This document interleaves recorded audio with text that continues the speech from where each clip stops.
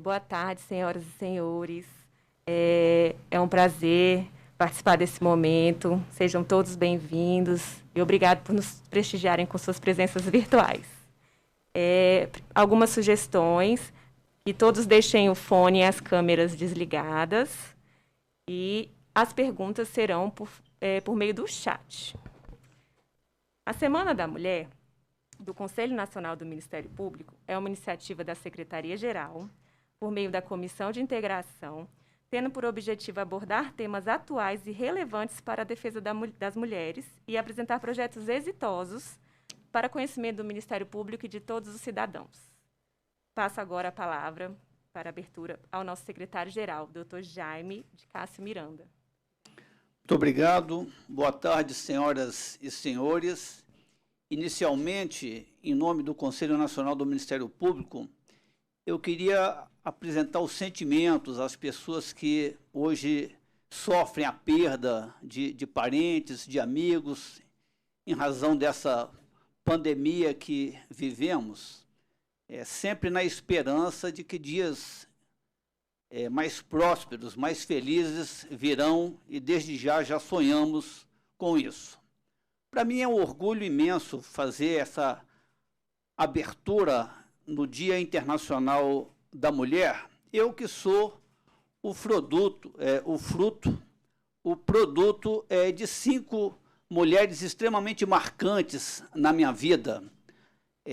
Digo isso em nome da minha mãe, dona Marieta, que veio para Brasília em 58, trazendo 2 filhos com idade inferior a 2 anos e uma filha ainda no ventre. Depois eu vim a nascer aqui, depois tive ainda um 5º irmão. Minha mãe, de pouco conhecimento, porém de muita sabedoria, conduziu de uma forma brilhante a família que teve, né? Isso marcou profundamente a minha vida. Também tenho 4 outras mulheres que me auxiliam de maneira efetiva no meu dia a dia. A minha esposa Aninha, minhas filhas Luana, Laís e Amanda. Se um pedaço de mim que está aqui hoje, com certeza é graças a essas 5 mulheres extraordinárias que guiaram e que iluminam a minha vida. Eu queria dizer que o Conselho Nacional do Ministério Público, ele é um terreno fértil de mulheres fortes. Nós temos 2 conselheiras, a doutora Fernanda Marinella e a doutora Sandra Krieger, que abrilhantam todas as vezes que falam no plenário, todas as vezes que manifestam nos seus votos um conhecimento jurídico espetacular e, principalmente, esse lado feminino, da intuição, do bom senso. Com certeza, conselheiras, a atual composição é mais feliz com a participação de Vossas Excelências.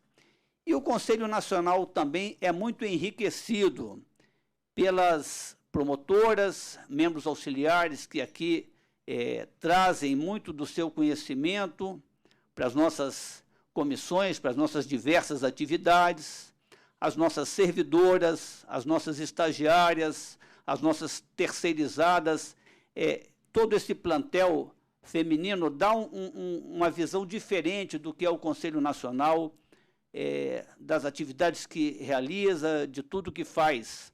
Eu sempre penso, dada a multiplicidade de atividades que fazem, que eu não poderia me referir a uma pessoa pelo nome na forma singular. Na hora que eu chamo alguém, que eu converso, que eu escuto, eu tinha que me referir àquela pessoa de uma maneira plural.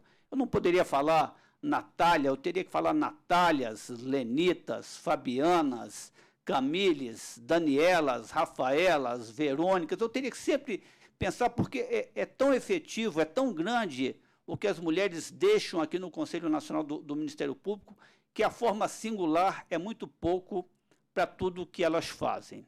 Então, com essas palavras inaugurais, eu declaro aberta essa nossa festividade com relação ao Dia Internacional da Mulher. Nós vamos ter uma semana plena, vamos discutir diversos temas, vamos debater, né, pormenorizadamente assuntos que dizem respeito à vida da mulher, mas que dizem respeito à sociedade brasileira, ao Ministério Público brasileiro. Eu tenho certeza que vai ser uma semana extremamente importante e produtiva para o Ministério Público brasileiro, para o Conselho Nacional do Ministério Público.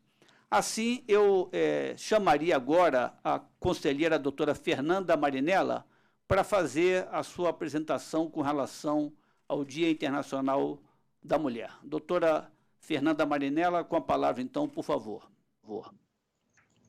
Bom, senhoras e senhores, boa tarde a todos e a todas. Eu espero que todos estejam me escutando bem. Bom, vou iniciar cumprimentando o nosso secretário-geral, doutor Jaime, e desde já agradecer o convite e todo o trabalho desenvolvido no Conselho Nacional do Ministério Público para o desenvolvimento das nossas tarefas. Obrigada pela parceria de sempre. Gostaria de cumprimentar ainda as nossas participantes desse encontro de hoje, mas, acima de tudo, grandes guerreiras do Conselho Nacional que nos ajudam nas atividades desenvolvidas pelo Conselho, cumprimentando assim a doutora Fernanda, a doutora Gabriela, a doutora Ana Lara e a doutora Fabiola. Gostaria de cumprimentar ainda as nossas palestrantes do nosso encontro de hoje, a doutora Herta, a doutora Camila, e dizer que fico muito feliz de fazer parte desse encontro, da organização desse evento que comemora, na verdade, a Semana da Mulher, e com grandes aprendizados, com grandes palestras, fazendo com que a mulher esteja cada vez mais preparada e capacitada para desenvolver as suas atividades. Então, parabéns a todas que organizaram esse evento. Fabi, obrigada pelo contato, fico muito feliz de ter a oportunidade de estar aqui. Bom, mas falar no dia de hoje nos traz algumas reflexões importantes. Primeiro, eu digo que dia 8 de março, sem dúvida alguma, ele deve ser marcado pela gratidão. Pela gratidão que nós, homens e mulheres deste século e deste momento, devemos ter com todas aquelas mulheres que nos antecederam na nossa história. Nós, na verdade, somos herdeiras de um legado. E aqui fica a minha gratidão às minhas avós, à minha mãe e a todas as mulheres que vieram antes de mim. Mulheres que deram a sua liberdade, que deram a vida, que deram a sua força para que nós pudéssemos chegar até aqui hoje. E para que nós pudéssemos ter efetivamente o direito de ser cidadã. Então, a essas mulheres, a minha gratidão, o meu reconhecimento e muito obrigada por terem feito tudo o que fizeram por todas nós. Bom, mas acho que esse momento também é um momento de reconhecermos toda a nossa caminhada. Eu sempre digo que nós precisamos verificar de onde nós saímos e para onde nós queremos seguir, qual o nosso destino. E digo isso porque quando nós percebemos tudo que nós construímos até aqui, nós vamos revitalizar as nossas energias e vamos ter coragem para continuar lutando pela efetivação dos nossos direitos, das nossas garantias e das nossas oportunidades no cenário e no ordenamento brasileiro. Quando nós observamos de onde nós saímos, vamos lembrar um pouquinho do que aconteceu com a Constituição de 1824. E na Constituição de 1824, nós, mulheres brasileiras, aparecemos na Constituição em duas oportunidades. Primeiro, para dizer que nós não tínhamos direito de escolher com quem iríamos nos casar. Que, na verdade, nós éramos transformadas em mercadorias e aqui negociadas no dote. E assim, não tínhamos sequer o direito de ser felizes. De outro lado, aparecíamos no texto constitucional relegada na ordem de preferência no trono. E, portanto, nós também não tínhamos direito de comandar e de exercer o poder no nosso país. E assim, o texto constitucional nos tratava de forma discriminatória naquela oportunidade. De lá para cá, muitas mudanças aconteceram. Foram muitas constituições, foram muitas conquistas e a efetivação de muitos direitos. A Constituição de 1988, sem dúvida alguma, é a Constituição efetivamente democrática, que estabelece para as mulheres o direito à igualdade e à promoção social, da igualdade e justiça social. No entanto, muitas garantias ainda precisam ser retiradas do papel. A partir de 1988, o ordenamento jurídico brasileiro ganhou leis importantes que marcam a efetivação dos direitos das mulheres no país. E aqui vamos lembrar, por exemplo, a lei que garante a união estável, a lei que estabelece os alimentos gravídicos. Vamos falar ainda e lembrar ainda da lei que estabelece o que combate a violência doméstica no nosso país. E vamos lembrar ainda que a lei que combate o feminicídio também é uma marca de conquista a partir de 1988. E falar de tudo isso significa falar de que nós já avançamos muito, mas é fato, temos muito ainda para realizar.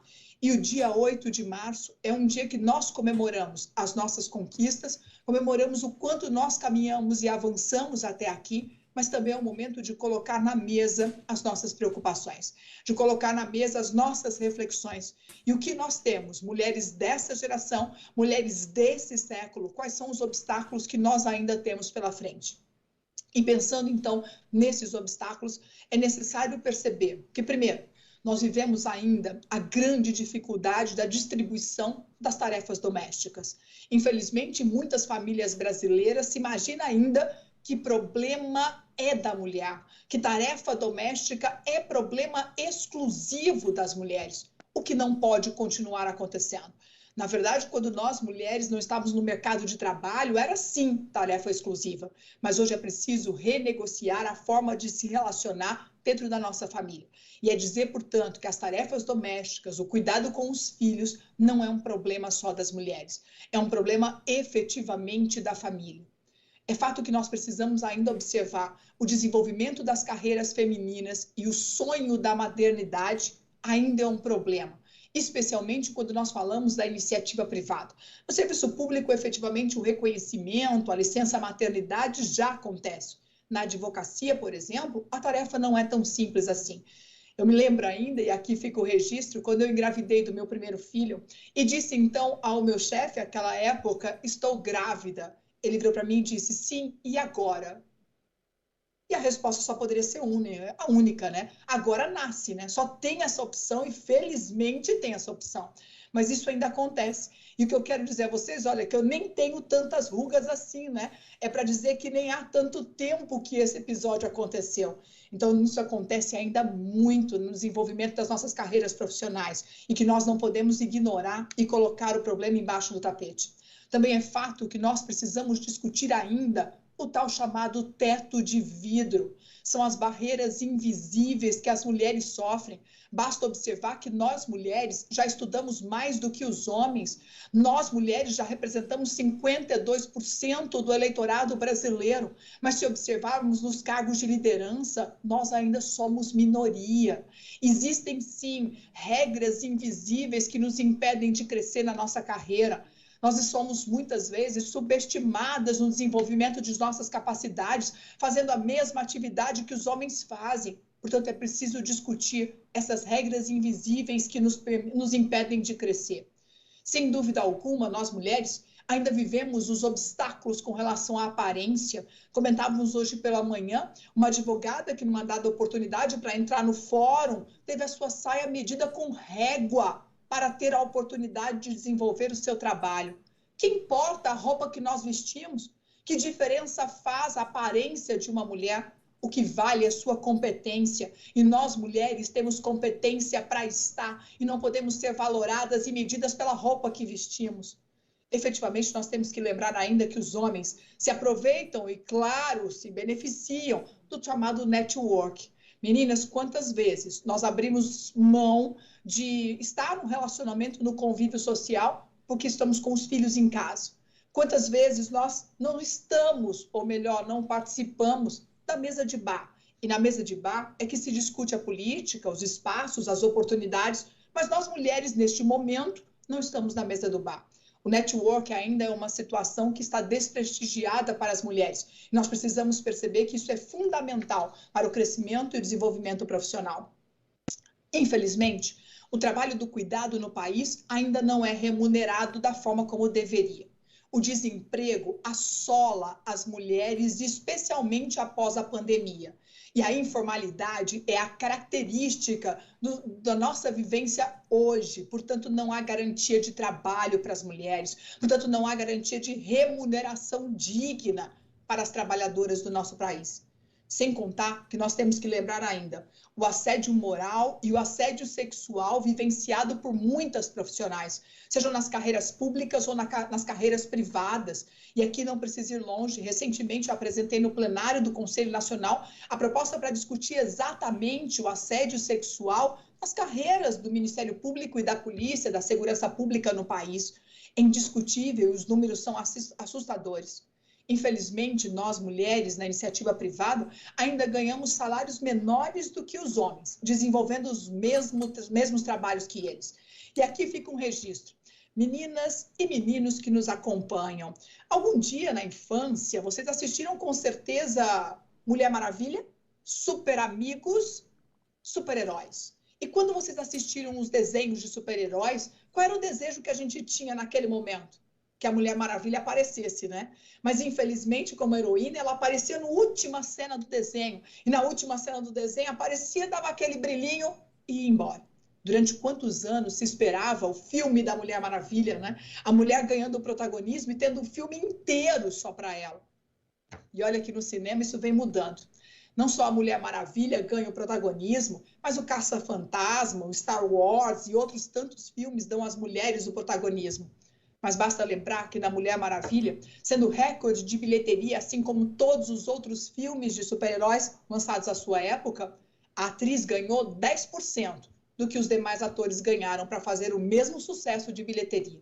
Então, isso não é um problema da advocacia, não é um problema do serviço público, não é um problema da Mulher Maravilha. É um problema de todas nós brasileiras que precisamos, sim, nos preocupar com essa realidade. E não é só do país, é do mundo. Mas é importante falar ainda, lembrar ainda do que diz respeito à violência no nosso país. Infelizmente, nós mulheres, muitas vezes somos tratadas ainda como objeto. E o bombardeamento publicitário demonstra isso. Muitas vezes a venda de produtos estão ligados à utilização de forma sexual das mulheres. Isso traz como consequência, sem dúvida alguma, a violência doméstica que nós vivenciamos hoje. Eu sempre digo que violência doméstica não é um problema do vizinho. Violência doméstica é um problema de todos nós, brasileiros e brasileiras. Afinal de contas, ela é uma violência que acaba com a estrutura da família, porque ela acontece dentro do espaço seguro de cada uma de nós. E quando nós falamos de violência doméstica, é importante lembrar que ela está em todas as categorias, todos os níveis sociais, em todos os graus de escolaridade, em todas as regiões e religiões do nosso país. Ela está presente de norte a sul, de leste a oeste. Portanto, não é um problema do vizinho, é um problema de Estado, é um problema de toda a sociedade brasileira, é um problema endêmico do nosso país. E após a pandemia, os números do feminicídio nos trazem exatamente a reflexão. É preciso fazer algo para ontem, é preciso fazer algo para já. Nós não podemos ficar na lista daqueles que ignoram esse fato. Nós não podemos permitir continuar em silêncio diante dessa realidade. E aqui, gostaria só de deixar um conselho. Na verdade, nós temos, sim, metas no trabalho para cumprir. O cuidado com os filhos, sim, partilhado dentro de casa. Cuidar da casa, muitas vezes, não como tarefa exclusiva, nós podemos realizá-la. Mas nós precisamos também pensar que nós temos que eleger prioridades. Nós, mulheres, precisamos aprender também a delegar as nossas tarefas. Não se compare jamais. Dê oportunidade, dê tempo para você mesma. Dê o direito de ser feliz. E lembre-se que delegando as tarefas, o outro vai fazer, mas não vai fazer do jeito que você queria. Mas isso não lhe faz menor, isso não lhe faz menos competente, isso não lhe faz menos mãe, isso lhe faz mais feliz. E assim, o conselho que eu deixo a todas as mulheres nesse dia de hoje, não dê a ninguém a régua que mede o seu valor. Não dê a ninguém a oportunidade de julgar o que você deve e o que você não deve fazer. Você tem direito de ser quem você quiser ser. Nós, mulheres, temos direito de ser quem aquela ou aquilo que nós desejamos assim realizar. Portanto, não dê a ninguém a régua que mede o seu valor. Você é a autora e a atriz principal da sua história. E, portanto, faça até o final. O último capítulo é seu. Parabéns a todas as mulheres por esse dia tão especial e a minha gratidão aos homens que acreditam nessa caminhada e que nos ajudam nessa trajetória de efetivação de direitos. Nós, nesse dia, não queremos flores, nós queremos respeito. Obrigada.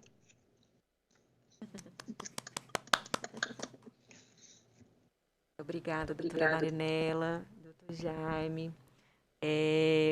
Vou convidar agora nossas palestrantes, dar início aos trabalhos, a nossa roda de conversa Mulher e Tributação.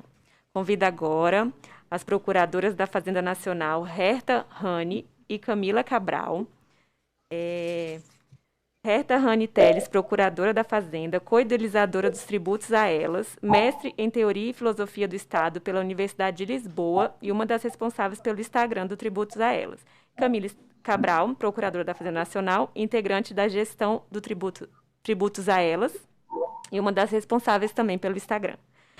Agradeço a presença de vocês. Obrigada. Quebrando um pouquinho o protocolo, antes de falar, eu só queria pedir licença a todos por não poder continuar nessa roda de conversa, que eu queria muito aprender, mas prometo que vou assistir na sequência. É que eu tenho um outro evento agora no STJ e eu não tenho como ficar. Me perdoem e ficarei muito feliz de acompanhá-las na sequência. Obrigada. Até mais, Obrigada. Marilena. Muito obrigada. Olá a todos, uma excelente tarde. Estamos aqui também. Todos que estamos aqui também. Acho que a fala da Fernanda Marinella foi bem impactante nesse ponto, fez um panorama de tudo que está acontecendo em relação às mulheres, de tudo que sempre houve e continua. Me emociona tudo que foi dito e compartilho também do mesmo pensamento. Uma excelente tarde, vou aqui dar a boa tarde para as outras doutoras que também estão presentes, a doutora Fernanda, a doutora Gabriela, a doutora Fabíola. Uma excelente tarde a todas. Espero que nossas conversas hoje sejam bastante frutíferas e possamos pensar em soluções para o futuro das mulheres de uma maneira geral. Queria só contar para vocês um pouco como foi que o Tributos a Elas surgiu. Ele surgiu foram uma ideia de duas procuradoras da Fazenda, eu e uma amiga, em conversa de corredor.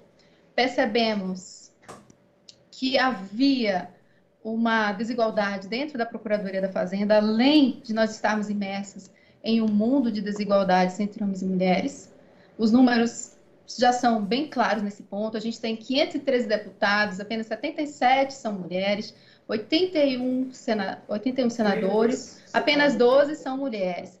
E o percentual de mulheres no Congresso Nacional é apenas 15%. Então, é um número muito baixo. E isso também acontece dentro da Procuradoria da Fazenda Nacional e em diversos outros setores. A gente está envolvido nesse ambiente. O que a gente quis, criando esse coletivo, esse movimento de procuradores da Fazenda? Trazer para a praça, visibilizar cada vez mais os problemas que eram enfrentados de maneira silenciosa pelas mulheres. E é que elas queriam discutir. A gente queria buscar soluções para todos os temas que envolvessem desigualdade entre homens e mulheres, a falta de representatividade feminina nos espaços de poder estratégico, justiça fiscal e diversos outros assuntos semelhantes. Já conversamos com a JUF Mulheres, já estivemos com Elas Pedem Vista, com outros coletivos de mulheres, para unir forças e transformar realidades. Criamos um Instagram que faz campanhas periódicas, já fizemos campanhas sobre racismo, campanhas sobre divisão de tarefas domésticas, justamente para que as mulheres compreendam que elas podem delegar sim as tarefas domésticas, que os homens compreendam que sim, também de cuidar da casa, de cuidar dos filhos. Colegas nossos procuradores tiraram fotos, mostraram lá que fazem isso, deram seus depoimentos. Também falamos sobre racismo com depoimentos, sobre como as mulheres sofrem com isso, como as mulheres negras e pardas têm uma situação ainda pior do que as mulheres brancas. Também tratamos sobre linguagem, como a linguagem pode invisibilizar as mulheres, porque, por exemplo, hoje em dia, a Ordem dos Advogados do Brasil tem uma petição pedindo para alterar o nome para a Ordem da Advocacia do Brasil, justamente para não invisibilizar mais as mulheres, porque a linguagem leva a ideia, cria a primeira imagem de que só há homens ali naquele primeiro momento, e a gente sabe que as mulheres precisam ser visibilizadas, a presença delas precisa ser constantemente demonstrada e reiterada, para que a gente veja que é possível chegar nesses espaços, que as futuras gerações também percebam isso. Então, a gente fez também essa campanha, por exemplo, até os termos que a gente usa nas petições, em vez de usar os legisladores, usar o poder legislativo, ou as legisladoras e os legisladores, etc. Tudo isso para visibilizar mais as mulheres. Contando aqui um pouquinho para o movimento Tributos a Elas, vou passar aqui para o nosso tema de hoje, tributação e mulheres, e convidá-las, né, a voltar um pouquinho no tempo, assim como a professora Fernanda Marinella fez. A gente voltar aqui mais ou menos em 1773, com a Festa do Chá de Boston. Nesse momento que a gente estuda nos livros de história, havia uma revolta, não se queria pagar os tributos em relação ao chá, porque não havia representantes no Reino Unido. O que não se conta nos livros de história, pelo menos eu não vi nessa época, foi que 7 meses depois aconteceu uma revolução das mulheres, uma festa do chá das mulheres na Carolina do Norte. Era uma festa em que elas também não quiseram mais, responsáveis pela gestão da casa, comprar produtos ingleses. Elas simplesmente disseram, então eu não compro mais. Fizeram uma carta, 50 mulheres assinaram, a carta foi divulgada nos jornais na época, elas se rebelaram e disseram, de minha parte, já que não temos representantes, eu também não vou mais pagar os impostos da tributação indireta que é vinda do chá, do café, etc. E naquele momento começou a resistência tributária feminina, também repetida no movimento sufragista. No movimento das mulheres, naquela época, elas perceberam que a desigualdade econômica, educacional, jurídica que cometiam muitas mulheres tinha relação com a ausência de representação delas na política, a ausência de representação delas nos espaços de poder. E que esse tipo de reparação não seria feita enquanto os políticos não tivessem que prestar contas a um eleitorado feminino. Então, elas buscaram ativamente participar disso, participar do voto, ter a possibilidade de serem eleitas. Justamente para equalizar as demandas femininas desconsideradas nas esferas de decisão desde então. Então, essa retomada também naquele momento, a Dora Montefiore, que também era uma sufragista e tinha bens na Austrália, tinha bens no Reino Unido, ela decidiu também que não ia mais pagar o imposto de renda no Reino Unido, já que ela não tinha direito a voto. Se meu cérebro não é bom o suficiente para participar da campanha, para participar do destino do país, para participar das decisões estratégicas, a renda que eu tiro do meu cérebro também não pode ser cobrada como imposto de renda. Eu me recuso a pagar. Então, ela se fechou na casa dela durante 6 semanas. As outras sufragistas ajudaram e jogaram comida pelo muro, etc. Depois, ela teve os bens confiscados. E essa resistência tributária feminina, novamente se manifestou. Não voto, não pago. É o mínimo que a mulher pode fazer, já que eu não posso participar das decisões políticas do país. E fazendo essa retomada histórica e vindo para cá, o que a gente tem nos dias de hoje é que, apesar da Constituição prever em seus vários artigos, a gente ainda não tem essa representação feminina que a gente lutou tanto desde aquela época para ter. A gente ainda está caminhando séculos depois para isso. A Constituição prevê, mas quem direciona a legislação tributária, quem fabrica, quem cria as leis tributárias são os parlamentares, os membros do Congresso Nacional, e nesse lugar a gente só tem 15% de mulheres. E os homens que estão lá não necessariamente representam os interesses femininos, ou às vezes até por distração, não percebem que o direito tributário, que as políticas tributárias podem ser pensadas para melhorar a desigualdade entre homens e mulheres e direcionadas para isso. Porque está na Constituição. O artigo 150, o artigo 1º, o artigo 5º, que fala de igualdade entre homens e mulheres, todos esses artigos lembram isso. Mas a gente ainda não tem essa direção na política tributária não expressamente vista. Se a gente for olhar a tributação da mulher, em específico, a gente tem 2 tipos de macro problemas, digamos assim. A gente tem, na tributação direta, a gente tem uma questão, e na tributação indireta, a gente tem outra questão. A questão da tributação indireta, que recai sobre o imposto de renda, etc. e tal, a gente tem alguns problemas pertinentes a ela, e também temos alguns problemas pertinentes à tributação indireta, que também atingem as mulheres. Principalmente porque as mulheres estão nas classes mais baixas, as mulheres negras e pardas também.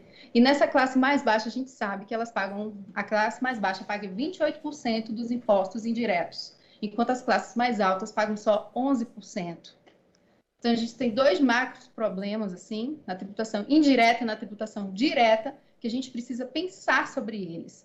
Se a gente for olhar especificamente para a tributação direta, pode até passar aí, a gente tem que as mulheres, pelos lugares onde elas estão, pelos espaços em que elas ocupam, como são posições subalternas, posições menores, elas acabam pagando mais imposto de renda do que os homens.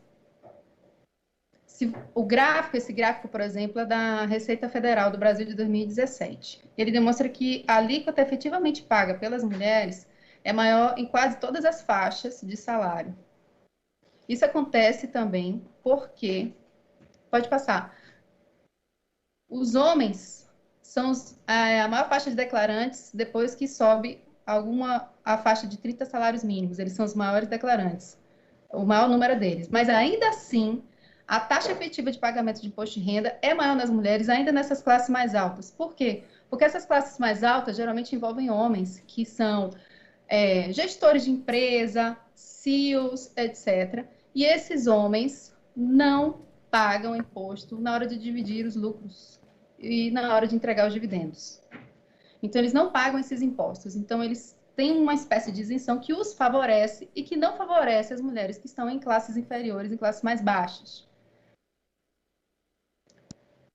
Então, embora o rendimento tributável dos homens seja maior, é 1,5 vezes maior, os rendimentos isentos são 2,2 vezes superiores. E a gente tem os números. Se a gente for olhar, as empresas com faturamento anual acima de 100 milhões, elas só têm 6% de mulheres no seu comando, mais ou menos, enquanto 44% de empresas são gerenciadas predominantemente por homens. Então, esse é um aspecto até que eu e a Camila temos um artigo no Jota sobre isso, que a gente ressaltou lá até, inclusive. E se a gente for olhar para as compras, isso na tributação direta. Então, tem vários outros problemas, tem a divisão da pensão alimentícia, quem paga, quem é isento. A gente tem vários outros tipos de isenções que favorecem mais os homens do que as mulheres. Vários outros detalhes que, na soma, acabam prejudicando mais as mulheres de maneira geral. E na tributação indireta, a gente também tem outras questões. Na tributação indireta, a gente tem que a maioria das mulheres, quer dizer, as mulheres ganham 24% a menos que os homens. As mulheres negras e pardas ganham 44% a menos também. Então, as mulheres normais, né, de uma maneira geral, 24% a menos. As mulheres negras, 44% a menos. Só que elas comandam muitas famílias brasileiras. Elas são 11 milhões, por exemplo, são 11 milhões de famílias com mãe solo. E dessas 11 milhões de famílias com mãe solo, são elas que vão ao supermercado fazer as compras. Então, além delas ganharem menos com salário, elas ainda são responsáveis por comprar os produtos da casa e por pagar todos os impostos que estão envolvidos no açúcar, no café, nas frutas, etc. e tal. Elas ainda pagam todos esses impostos. Então, a porcentagem de salário delas é menor e elas ainda pagam os impostos na hora que vão ao supermercado. Então, a renda dela, líquida, acaba ficando, no final das contas, bem menor que a renda do homem, que não tem esses detalhamentos que acabam prejudicando os pontos que a gente lembra aqui agora. Fora isso, tem produtos que são exclusivamente de mulher, que são procurados, em sua maioria, por mulheres, e que também tem uma alíquota muito alta, por exemplo, absorvente. É 25% sobre o valor do item. Alguns países já estão começando a distribuir os absorventes. No Distrito Federal também os absorventes serão distribuídos gratuitamente, a partir de uma decisão do governo do Distrito Federal. Só que ainda assim a gente tem um dilema aí nesse ponto. Por quê? Porque muitas adolescentes deixam de ir para a aula por conta disso. Elas passam 5 dias por mês sem assistir às aulas. Muitas não têm dinheiro para comprar absorvente. Muitas dizem que ou absorvente ou leite ou a comida. As presidiárias também não têm acesso a absorvente, algumas usam até miolo de pão. Então, assim, a gente tem vários problemas envolvendo e o absorvente é considerado, segundo a legislação, um item praticamente supérfluo, porque é 25% de tributação em cima do valor do item. Só que por que é considerado supérfluo? Porque talvez nós não tenhamos, ou nunca tenha tido esse debate no Congresso Nacional, ou nos órgãos responsáveis por esse tipo de decisão estratégica, a gente nunca teve representante, assim, um número alto de representantes, ou a gente, apesar de ter representantes lá, elas muitas vezes não são ouvidas diretamente, elas têm dificuldade de promover esse tipo de debate, então a gente acaba sendo prejudicada nesses pontos. Fora todos esses dramas envolvendo a tributação direta, a tributação indireta, a gente ainda tem o fenômeno chamado Pink Tax. Há críticas a esse nome, mas o fenômeno é praticamente o alto valor dos preços dos produtos direcionados às mulheres. O item rosa e o item azul. O item rosa é bem mais caro, gilete, desodorante, shampoos, etc. E o principal, brinquedos também são. Então, os brinquedos direcionados para as meninas também são mais caros que os brinquedos direcionados para os meninos. Isso tudo gera, se a gente for olhar para uma perspectiva mais ampla, inclusive, até dificuldade de acesso das meninas para esses brinquedos, porque o governo, assim, as empresas acabam dificultando que elas acedam a esse tipo de brinquedo. Bom, eu vou encerrar aqui rapidamente, eram só algumas rápidas pinceladas, só para relembrar que a tributação ela não é neutra, embora a gente possa parecer, e quando a gente fecha os olhos para esse tipo de direcionamento da tributação, a gente acaba favorecendo que as mulheres fiquem de fora, mais uma vez, desse debate, que as mulheres, mais uma vez, sejam prejudicadas. Obrigada a todos, vamos discutir mais adiante também. Obrigada. Bom, boa tarde a todos e a todas. Cumprimento inicialmente o doutor Jaime, doutora Fernanda, doutora Gabriela, Ana Laura, Fabíola, doutora Herta e os demais presentes. A gente vai falar um pouquinho a discussão da Pink Tax, conforme a Herta falou. A Pink Tax, como a Herta falou, é um fenômeno mercadológico, não necessariamente envolve diretamente e primordialmente a tributação, mas termina afetando a tributação, porque na medida que você tem a precificação maior para os bens femininos do que os masculinos, nós temos uma distinção, uma discrepância no valor do tributo a ser cobrado. Então, discutiu-se muito até que ponto essa distinção seria realmente existente entre produtos ditos femininos e ditos masculinos.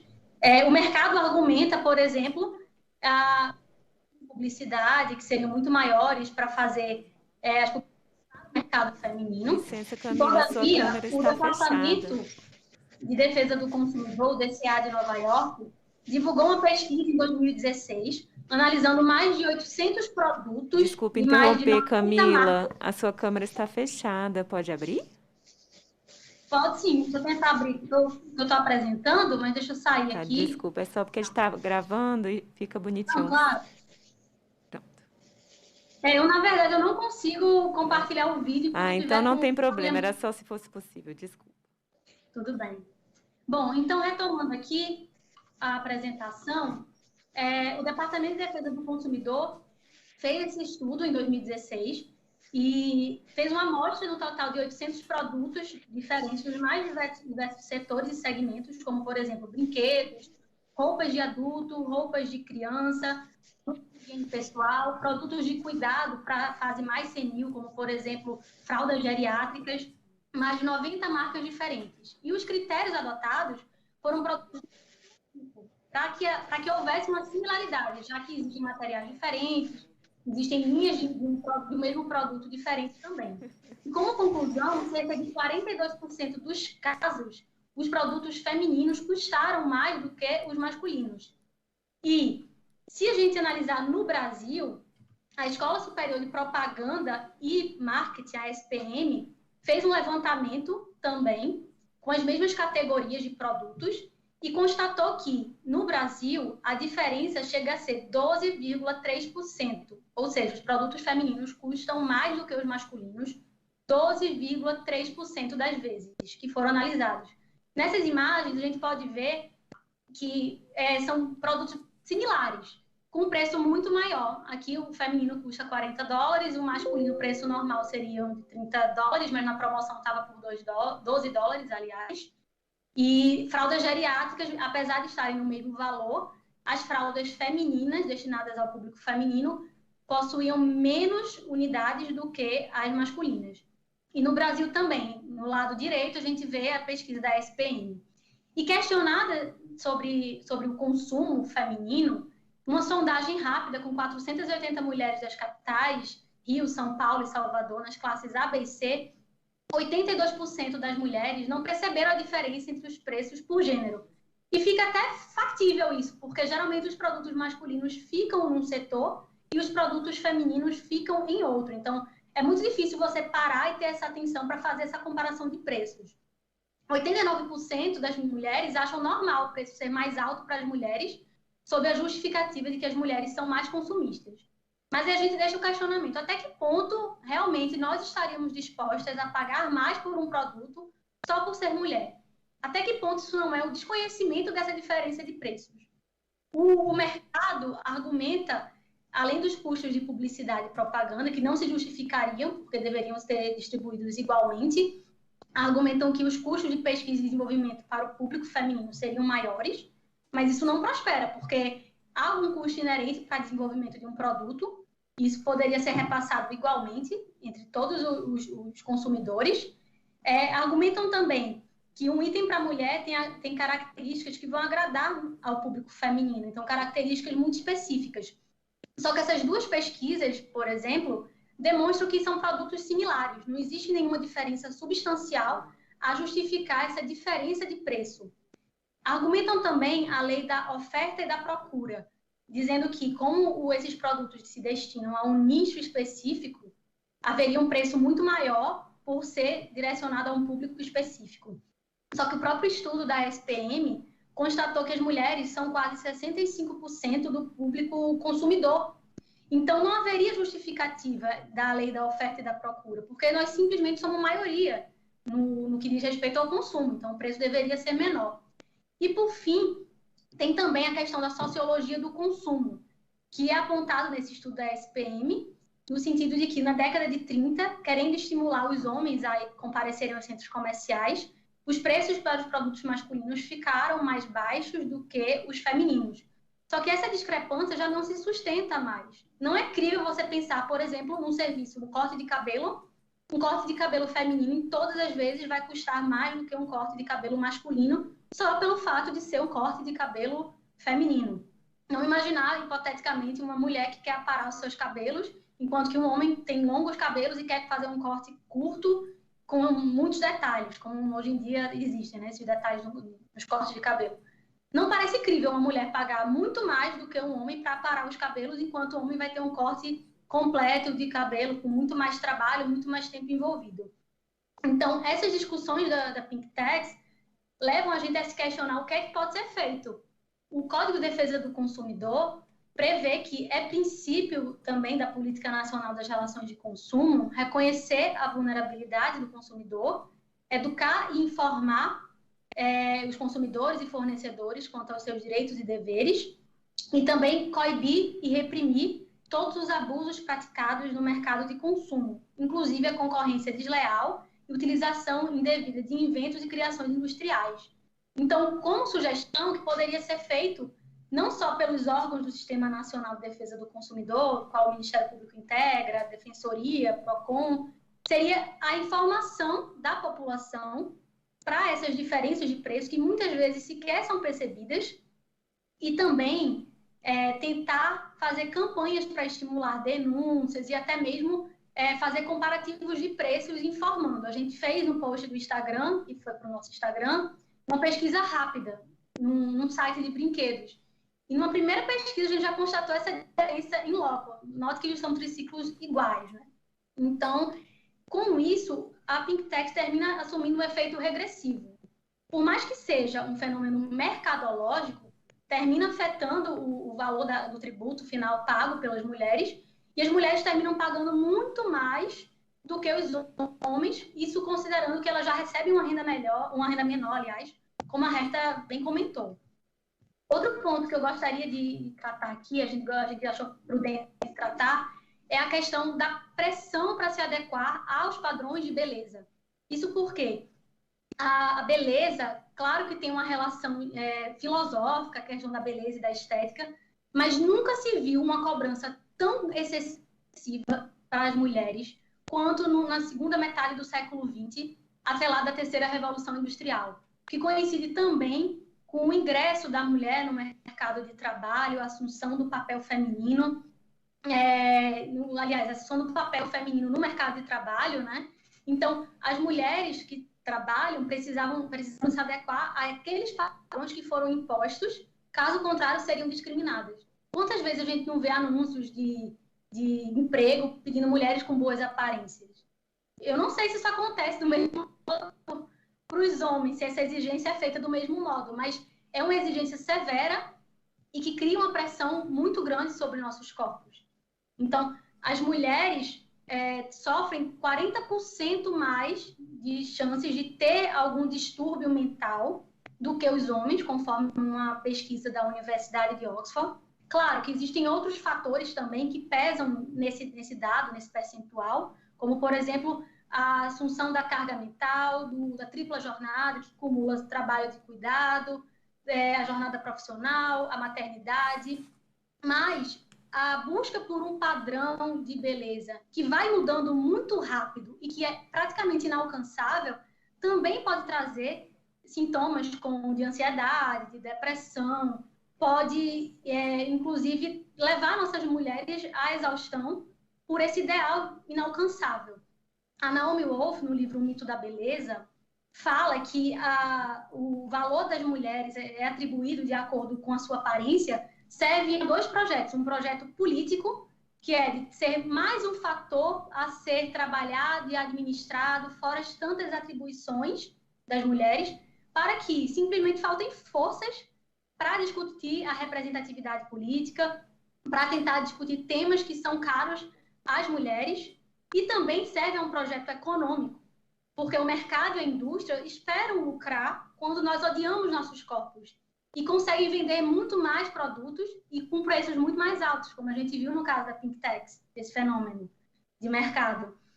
Então, a gente tem que ter bastante atenção nessa questão, porque às vezes a gente nem se dá conta de uma forma de opressão mesmo e que leva as nossas mulheres, nos leva à exaustão. O Brasil, inclusive, é um dos países que mais realizou cirurgias plásticas no mundo.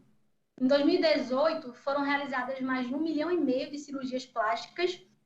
Para adolescentes, o número de cirurgias plásticas cresceu 141%.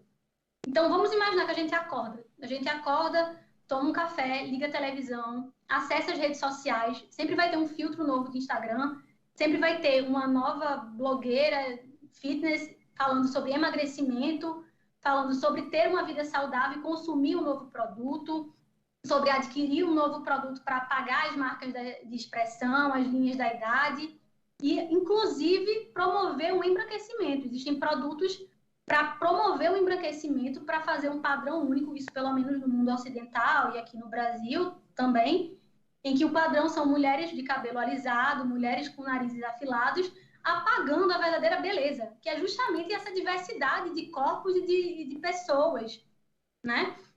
Então, nesse sentido, vamos imaginar que a gente está querendo se candidatar a um cargo de emprego.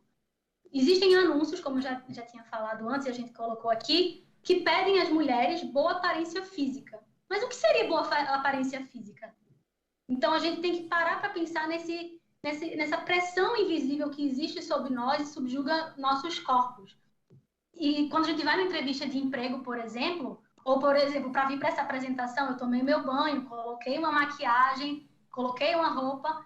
Para um homem, talvez não exista essa pressão tão grande. Aliás, não existe. Um homem basta tomar um banho, colocar um terno, está tudo certo. Ele não precisa estar com salto o tempo todo, porque é um padrão que, apesar de não ser explicitamente dito, é um padrão social que termina nos estimulando a agir de determinado comportamento e, às vezes, como falei, causa transtornos mentais mesmo e subjugam nossos corpos. E por isso é necessário também a gente se questionar sobre a essencialidade dos produtos no que diz respeito ao consumo. O que é essencial, na verdade? O IPI e o ICMS, que são tributos sobre o consumo, prevêem na Constituição, nos dispositivos relativos, serão tributos seletivos em função da essencialidade do produto. A essencialidade serve para preservar o mínimo existencial e estabelece que quanto mais essencial for o produto ou o serviço para a coletividade, menor deverá ser sua alíquota. E quanto menos essencial, maior deverá ser a alíquota tributável. Ou seja, se é um produto que não é essencial ao mínimo existencial, à dignidade, pode ser tributado mais fortemente, porque, teoricamente, as pessoas têm a vontade de cada um de consumir e tem o poder aquisitivo para consumir. Então, quem mais tem poder aquisitivo de bens supérfluos deve pagar mais alíquota sobre aquele tributo, né, sobre aqueles bens. Então, a gente questiona essa essencialidade dos produtos, porque se a gente parar para analisar a própria pressão a seguir um padrão estético, a própria pressão dos parâmetros de consumo, há uma cobrança muito grande para que as mulheres tenham, como naquele anúncio passado, boa aparência.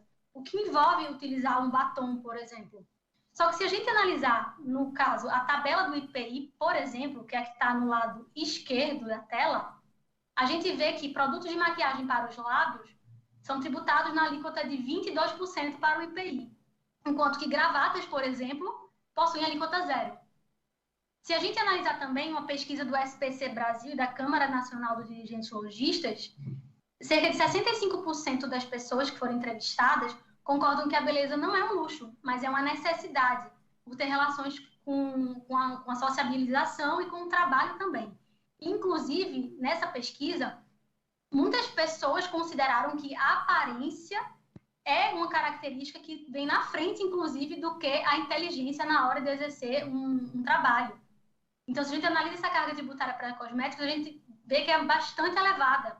E a gente deixa aqui o questionamento. O que é realmente essencial? Será que realmente são bens supérfluos diante da imposição social que faz com que nós tenhamos que estar sempre, vou reproduzir, com boa aparência, como diz aquele anúncio? E, por fim, a gente questiona. A tributação pode ser um caminho para auxiliar na redução das desigualdades de gênero? Como a gente já demonstrou, a Herta e eu, a gente tentou trazer para cá, existem várias distinções de gênero, desigualdade de gênero, tanto nos tributos diretos quanto nos tributos indiretos. E a tributação pode sim ser um caminho para auxiliar na redução da desigualdade. Como a gente demonstrou e a gente tentou apresentar aqui, as mulheres são afetadas pela tributação, seja a tributação direta, seja a tributação indireta. Então, a tributação é sim um mecanismo para auxiliar na redução, sobretudo diante da sua função extrafiscal, que é, no caso, estimulando ou desestimulando comportamentos, e também toda a concepção de políticas públicas, inclusive políticas públicas destinadas às mulheres, passam pela tributação no seu viés arrecadatório. Então, a tributação pode ser, sim, um caminho para auxiliar na redução das desigualdades. E, por fim, eu gostaria de deixar uma frase da Angela Davis, que fala: eu não estou aceitando as coisas que eu não posso mudar. Eu estou mudando as coisas que eu não posso aceitar. E a hora da mudança é agora. E começam com essas discussões. Para garantir a igualdade de gênero. Obrigada a todos e uma boa tarde. Obrigada, viu, meninas? Vou passar a palavra agora à membro auxiliar da presidência, promotora de justiça do estado de Goiás, doutora Fernanda Balbinot, para proferir algumas palavras e fazer algumas considerações ou perguntas. Ah, é verdade.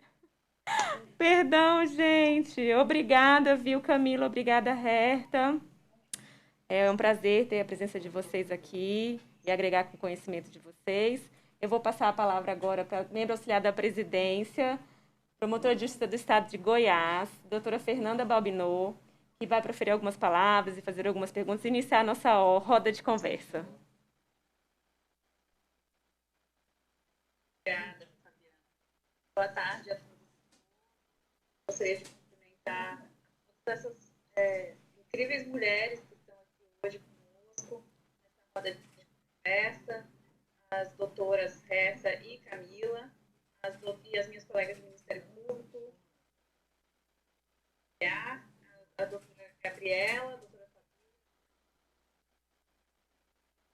esse debate, sobretudo depois de explanação de um tema que é tão fora do das questões de gênero que nós tratamos usualmente quando falamos sobre equidade, igualdade e as questões estruturais da nossa sociedade. Queria também congratular todos nesse dia tão importante de homenagem.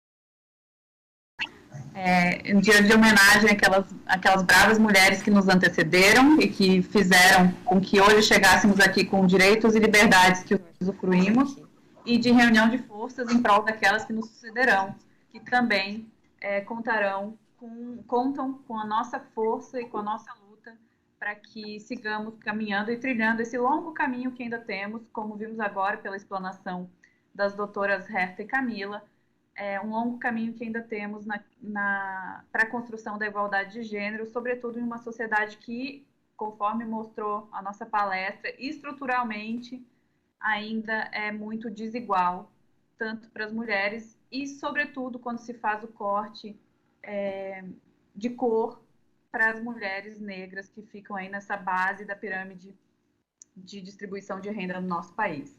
Então, muito obrigada pela excelente palestra, doutoras, e eu passo as minhas questões, que eu confesso que pela diversidade desse tema, e um tema tão interessante, esse final de semana eu estudei para poder fazer um debate aqui mais rico e mais profícuo possível, sobretudo aproveitando da melhor forma do conhecimento profundo e vasto das senhoras. Então, eu começo, a minha primeira pergunta é no seguinte sentido. Em agosto do ano passado, o STF reconheceu em um julgado a inconstitucionalidade da incidência da contribuição previdenciária patronal sobre o salário maternidade. Isso acolhendo a tese de que essa incidência da contribuição previdenciária sobre o salário maternidade, ela incidiria em desigualdade de gênero, porque a tributação acabava tornando mais cara a contratação das mulheres, as únicas que gestam e se afastam e recebem, via de consequência, o salário maternidade.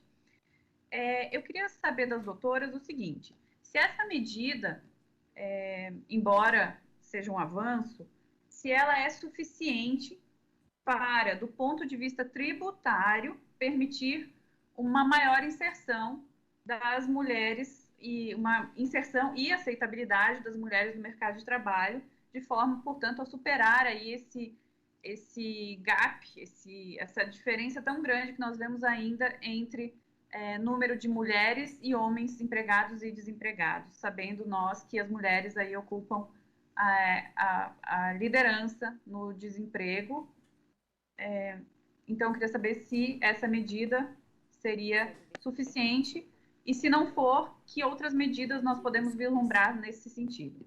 A segunda pergunta que eu gostaria de fazer para as doutoras é em relação à reforma tributária. Nós temos ouvido falar muito, sobretudo com o advento do novo governo federal, a nova administração federal, em relação às reformas. E uma delas seria a reforma tributária.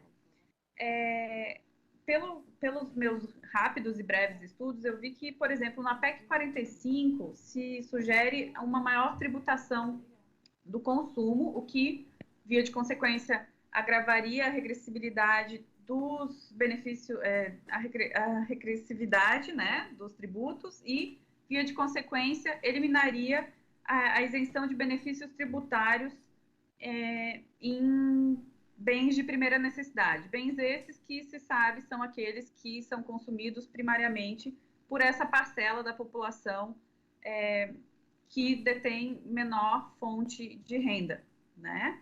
E também o aumento da tributação dos serviços essenciais, o que, via de consequência, também ensejaria uma piora da situação para essas mulheres, sobretudo as pobres e aquelas, como antes falei, as mulheres pretas, que estão na base da pirâmide de distribuição de renda no Brasil. Então, eu gostaria de saber das doutoras se existe algum projeto de reforma tributária, além dessas que eu mencionei, e que considere a questão do gênero nas propostas de alteração estrutural do sistema tributário, tornando-o efetivamente neutro, como deveria ser, e como as doutoras acabaram de explicar para a gente, que não são efetivamente, uma vez que nos recortes que se faz, verifica-se que há uma maior incidência tributária em produtos consumidos, sobre a mulher, em produtos consumidos pela mulher, como a gente bem sabe, aí a Pink Tax, que nós vivemos diariamente quando queremos um produto mais bonitinho, mais feminino, né? Então, eu queria saber se existe algum projeto legislativo, alguma reforma tributária que leve isso em consideração, e qual seria o caminho. E a terceira pergunta que eu quero fazer nessa semana para todas as mulheres com quem eu conversar, porque eu acho que é um exercício muito interessante para nós mulheres de nos enxergarmos no futuro, é como as senhoras enxergam a mulher no futuro, tanto pessoal, quanto profissionalmente, quanto também tributariamente, digamos assim. Como verificam se existe um caminho a ser trilhado, qual o caminho, e se efetivamente a gente vai conseguir essa neutralidade aí do sistema tributário, essa neutralidade material, verdadeira, sensível do sistema tributário, e de que forma isso seria possível. Eu agradeço desde já as explicações, as respostas às minhas perguntas, a atenção e a excelente palestra. E devolvo a palavra à nossa mestre de cerimônias.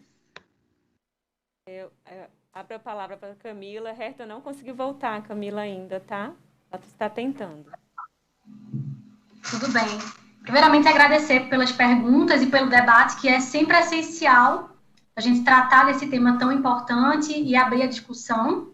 Bom, em relação à primeira pergunta, ao julgado do STF sobre a contribuição previdenciária sobre o auxílio maternidade, a gente sabe dos avanços, pessoalmente, enquanto Camila, procuradora da Fazenda Nacional, a gente sabe dos avanços que esse julgado pretende tratar, né?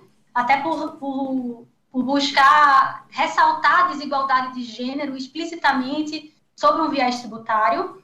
O posicionamento da Fazenda Nacional, e que eu trago também para a gente analisar, é que, por que não falar em licença parental, na verdade?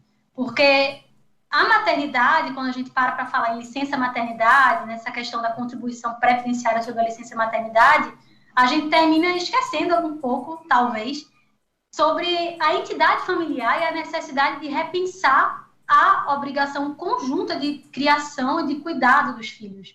Então, nesse aspecto, por que não também se discutir uma questão de licença parental?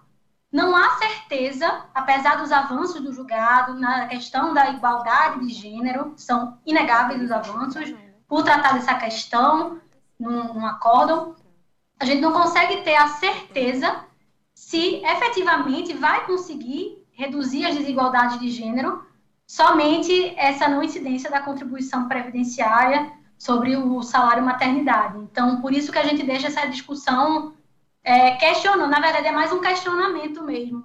Se isso realmente é suficiente, a gente só vai conseguir ver na prática, no decorrer do tempo, se aumenta a contratação. O fato é que, atualmente, nós temos um número maior de mulheres fora do mercado de trabalho. A pandemia revelou que essa situação das mulheres de desemprego é muito maior. No meu estado, eu sou de Pernambuco, né? Eu estava lendo uma notícia dia desses sobre Pernambuco. O número de mulheres desempregadas lá com a pandemia cresceu exponencialmente, se a gente comparar com o número de empregados homens. Então, será que realmente isso vai conseguir, esse julgado, apesar de louvável por tratar do tema, será que vai conseguir realmente superar as desigualdades? É o questionamento que a gente mesmo se faz, sabe? E em relação à reforma tributária, a gente tem o projeto de reforma tributária que foi apresentado, como a doutora bem mencionou. A reforma tributária, do jeito que foi apresentado, foca muito mais numa simplificação tributária. Mas, se a gente olhar todos os dispositivos do projeto de lei da reforma tributária, a gente não vê um viés para reduzir desigualdade de gênero. E o que acontece agora, uma eventual reforma tributária que seja aprovada, vai perdurar por muitos e muitos anos, quiçá muitas e muitas gerações. Então, há um peso muito grande em discutir a igualdade de gênero. Nesse sentido, existe um grupo formado por procuradoras da Fazenda Nacional e também de estudos da FGV, de algumas advogadas privadas também, do Winnintex, que apresentou um projeto de reforma tributária focada na redução das desigualdades de gênero. Por exemplo, no que diz respeito à tributação sobre o consumo, tentando zerar a alíquota dos absorventes, porque, como a Herta falou, a gente tem um problema de pobreza menstrual, atual, recente, para presidiárias, para as meninas que deixam de frequentar as escolas, para moradores em situação de rua, para mulheres em situação de vulnerabilidade, que tem que escolher entre a sua alimentação e solvente. Então, e esse projeto prevê a desoneração da carga tributária sobre absorventes, prevê a desoneração sobre anticoncepcionais, sobre alguns produtos, exemplo de bombas de amamentação, que são nitidamente produtos destinados ao nicho feminino, bombas para tirar leite na amamentação. Prevê também, no que diz respeito à renda, discussões quanto à tributação da pensão alimentícia. Isso porque, geralmente, quem recebe a pensão, se a gente for analisar estatisticamente, quem recebe a pensão geralmente é a mulher quem recebe. E há uma previsão de dedução do imposto de renda do pagamento da pensão. Mas quem recebe a pensão alimentícia deve realmente fazer a declaração do imposto de renda e deve pagar o tributo incidente. Quando, na verdade, geralmente é destinado à mulher e a pensão alimentícia não é uma benesse. É destinada ao cuidado, ao sustento e à manutenção de todas as necessidades dos dependentes menores, né? Como as hipóteses que estão previstas no Código Civil. Então, nesse sentido, foi entregue um projeto de reforma tributária no final do ano passado, nesse grupo de estudos que nós temos para desenvolver várias pesquisas e vieses sobre como a tributação pode reduzir as desigualdades de gênero. E agora a deputada Lídice da Mata está encabeçando a ideia para fazer proposta de alteração legislativa como uma via alternativa àquele projeto, aquela proposta de reforma tributária que já está em curso e que realmente não prevê formas de redução das desigualdades. E 20 anos sem nenhuma modificação sobre desigualdade de gênero é muito tempo. Então, tem muito espaço aí para que as mulheres estejam desamparadas caso a reforma tributária não venha privilegiando a justiça fiscal, que é, no caso, tributar mais quem pode pagar mais tributos e tributar menos aqueles que precisam ter mais renda, precisam... a carga tributária, a gente incide muito sobre o consumo ao invés da renda, se a gente for parar para analisar, né? Em relação a como nós enxergamos a mulher no futuro e no direito tributário, aí eu vou falar uma visão minha, Camila. Eu vejo que a gente está num ponto de mudança, tanto com tributos a elas no âmbito da PGFN, quanto outros coletivos. A gente tem mulheres no direito da concorrência agora discutindo. Nós temos várias iniciativas para discutir a igualdade de gênero, o que é louvável, porque tudo começa com base na informação e na discussão, na ideia de tentar mudar realmente essa situação de desigualdade que se perpetua há vários anos, que séculos. Uma questão que tem seu viés histórico, mas que o direito e as políticas públicas podem ser, sim, um objeto de mudança. Então, eu vejo que essas discussões é um marco para começar. Eu tenho certeza que a gente agora não vai mais parar de discutir essas questões, porque são questões muito caras para nós. Então, começa na discussão e começa também, acima de tudo, na representatividade política. Nós temos, como a professora Fernanda Marinella bem falou, uma representatividade política muito baixa. E a política é feita por homens para interesses masculinos. Quanto mais diversidade, quanto mais pessoas, não só mulheres, mas quanto maior a diversidade na política, a gente consegue também fazer políticas públicas pensadas para aquele público que vai ser atendido, para toda a coletividade. Então, eu vejo que há um marco que começou lá atrás com as sufragistas, e eu tenho certeza que essa luta vai continuar, vai seguir, porque os temas são muito caros e agora, urgem, são atuais e são necessários mesmo para discutir, até com base na situação da gente no futuro, com os reflexos dessa pandemia, né?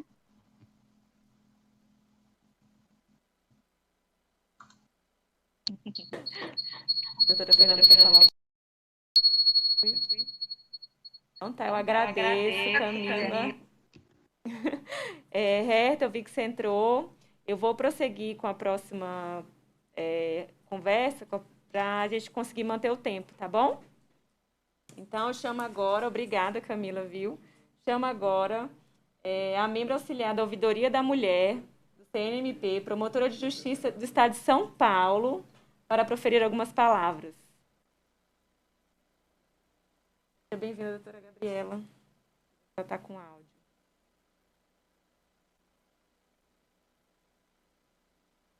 Eu que não foi, né?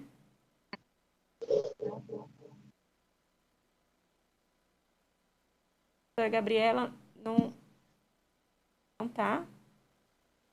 Então, eu vou passar, tá? Não. Então, gente, eu vou passar. A doutora Fabíola está aí? Olá, estou aqui, Fabiana. Então, vamos pular para a doutora Gabriela conseguir voltar. Vou passar a palavra, então, para a membro auxiliar da Comissão de Defesa dos Direitos Fundamentais, promotora de Justiça do Estado de São Paulo também, Fabíola Sucasas. Obrigada, doutora.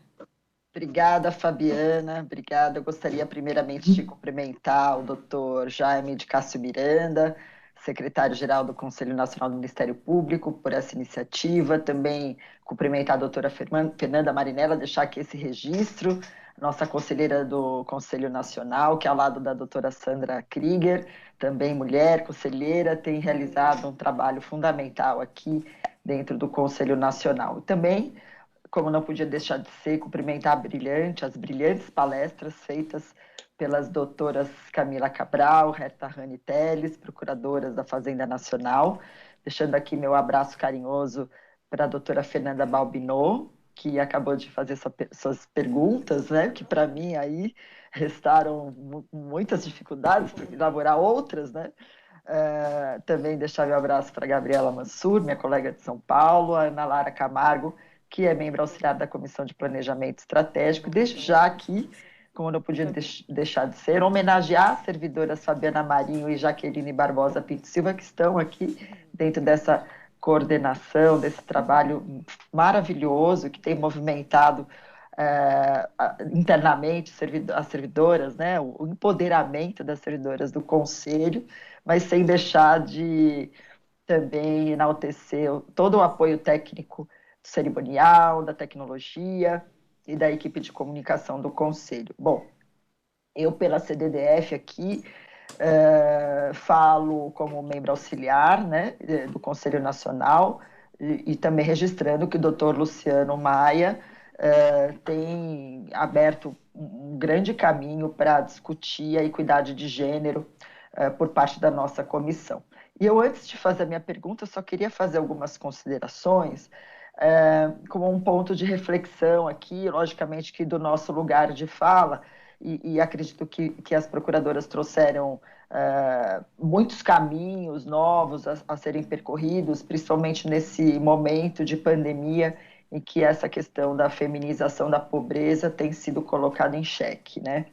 Acho que primeiro trazer, obviamente, como norte, a reflexão que vem da Lei Maria da Penha, quando provê aí toda a necessidade de cumprimento das convenções internacionais assinadas pelo Brasil para eliminar a discriminação contra as mulheres e eliminar e reduzir a violência contra elas. Obviamente, houve uma mudança no paradigma do sistema de justiça, instrumentalizou os operadores do direito, trouxe a responsabilidade da sociedade civil e, antes de tudo, reconheceu explicitamente que a violência é uma violação de direitos humanos, mas a violência de gênero, ela acompanha a desigualdade de gênero. Então, essa desigualdade de gênero também é considerada uma violação a direitos humanos. Por isso que eu queria trazer aqui como referência a Plataforma de Ação de Pequim, da 4ª Conferência Internacional sobre a Mulher, que já veio trazendo a questão do empoderamento da mulher como um dos instrumentos para acelerar aí a eliminação dos obstáculos que dificultam a participação ativa das mulheres em todas as esferas, tanto da esfera pública, tanto da esfera privada, e chama atenção para a participação plena das mulheres em igualdade de condições também no processo da tomada de decisões econômicas, sociais, culturais e políticas. Nós sabemos que as mulheres contribuem para a economia, aqui as palestrantes muito bem falaram, inclusive para a luta contra a pobreza, trazendo o viés racista que se estabelece dentro desse cenário estrutural, né? E também a própria Convenção fala da questão dessa preocupação da pobreza, que é algo que vem dentro desse viés da divisão do gênero, do trabalho, das responsabilidades relativas ao bem-estar do lar, da carga desproporcional que as mulheres acabam suportando, inclusive na administração do consumo e da produção do lar em condições de igualdade, mas no caso em condições de escassez. E essa questão da pobreza reverbera diretamente nas consequências do bem-estar da mulher dentro dos seus relacionamentos conjugais, né? Não só dos relacionamentos conjugais, mas também dentro dos relacionamentos familiares. Sabemos que a violência não se estabelece apenas nos relacionamentos conjugais, mas essa questão da pobreza e toda a questão econômica que envolve o suporte para as mulheres saírem de relacionamentos abusivos ou enfrentarem a desigualdade de gênero, elas passam por o que Joyce Bert chama da teoria do empoderamento, né? Que o Estado deva estabelecer mecanismos para que as mulheres possam garantir mecanismos de cognição, ou seja, possam entender de uma forma crítica a realidade a que se estabelece essa questão da desigualdade de gênero, a psicológica, porque toda a relação da mulher dentro da saúde para enfrentar essas desigualdades, ela se coloca de uma forma premente. Sabemos que a questão da mulher aí tem uma relação muito forte com a questão da saúde, o bem-estar, de forma coordenada, além da política, como bem colocou as nossas palestrantes, e também a econômica, porque essa questão da capacidade de gerar renda independente, ela diz respeito diretamente a uma vida saudável. Mas o que eu quero trazer, eu até cheguei a coletar alguns números que fala do custo de toda essa desigualdade de gênero para o próprio Estado, seja no âmbito da saúde pública, seja no âmbito até da economia, é um custo muito alto. Então, me parece que a gente vive aí um cenário que se retroalimenta, né? Além da gente lutar, trazendo mecanismos de ação afirmativa para derrubar as desigualdades de gênero, nós temos um sistema que retroalimenta essa desigualdade, o que pode enfraquecer ainda mais as previsões para que nós possamos aí pensar numa igualdade de fato. E além disso, o que caminha dentro desse cenário todo é a própria luta antirracista, lembrando que o caso Simone Diniz, acerca do qual o Brasil foi condenado, também passou por essa questão, né, do racismo atrelado aos estereótipos que recaem sobre a mulher negra a respeito do seu acesso ao emprego, né? E também temos uma outra discussão que foi muito bem discutida na nossa maratona de direitos fundamentais a respeito das mulheres idosas, né? Sobre a questão do ageísmo das mulheres mais velhas também, além de serem consideradas frágeis ou dependentes, ainda ter um estigma, né, das mulheres mais velhas, não só as mulheres, mas as pessoas mais velhas, de serem consideradas um fado para a sociedade. Mas quando nós falamos de mulheres, nós temos todos os estereótipos, toda essa ansiedade, essa busca pela juventude, essa obsessão pela juventude, como algo que também se estabelece dentro dos mecanismos de empoderamento das mulheres idosas. Obviamente, eu estou fazendo todo esse quadro querendo aqui trazer algumas pitadas, né, para as nossas palestrantes, porque dentro de tudo que as senhoras falaram, eu gostaria de entender como fica o cumprimento da nossa Constituição quando nós percebemos que a tributação, né, não só a tributação, quando se mostra desigual para as mulheres, mas também a falta de orçamento, né? Porque quando nós temos uma tributação maior para as mulheres, por outro lado, a falta de orçamento para enfrentar as desigualdades de gênero dentro de uma política pública, também é um dever que seria uma contraprestação maior do Estado e que não temos. Quer dizer, não temos sequer orçamento, quanto mais uma contraprestação diante da constatação que foi muito bem trazida pelas palestrantes. Então, eu gostaria de, na verdade, perguntar, dentro desse cenário, né, trazendo essa questão da falta de orçamento para as políticas públicas, da problematização que a pandemia vai trazer com muito mais força, eu acredito, porque foi muito bem falado que o desemprego caiu de uma forma muito mais pesada para as mulheres. Então, qual o caminho que elas entendem que nós, né, promotores de justiça, principalmente porque aqui é um ambiente do Conselho Nacional do Ministério Público, como que isso pode ser trabalhado pelo Ministério Público? Como que o Conselho Nacional pode trabalhar essa vertente? Como ficam os casos individuais? Nós podemos, como que se estabelecem essas discussões nos casos individuais? Incidentalmente, existe alguma frente de trabalho para discutir a questionalidade desses impostos? Eu lembro até porque a questão da pensão alimentícia parece que é uma realidade muito frequente, né? Eu não sei se isso está dentro da rotina de quem trabalha no âmbito da tributação, mas eu acredito que o Ministério Público possa contribuir, não só fomentando esse debate, mas também através das suas ferramentas institucionais e através da qual o Conselho Nacional pode incentivar a que eles sejam estabelecidos. Então, é isso, e queria aqui dar meus parabéns, porque o trabalho das senhoras é um trabalho que engrandece todas as mulheres brasileiras, e eu tenho certeza que vejo com um futuro muito promissor para que possamos colocar a mão no bolso, porque quando colocamos a mão no bolso, nós acreditamos que a realidade realmente muda de cenário.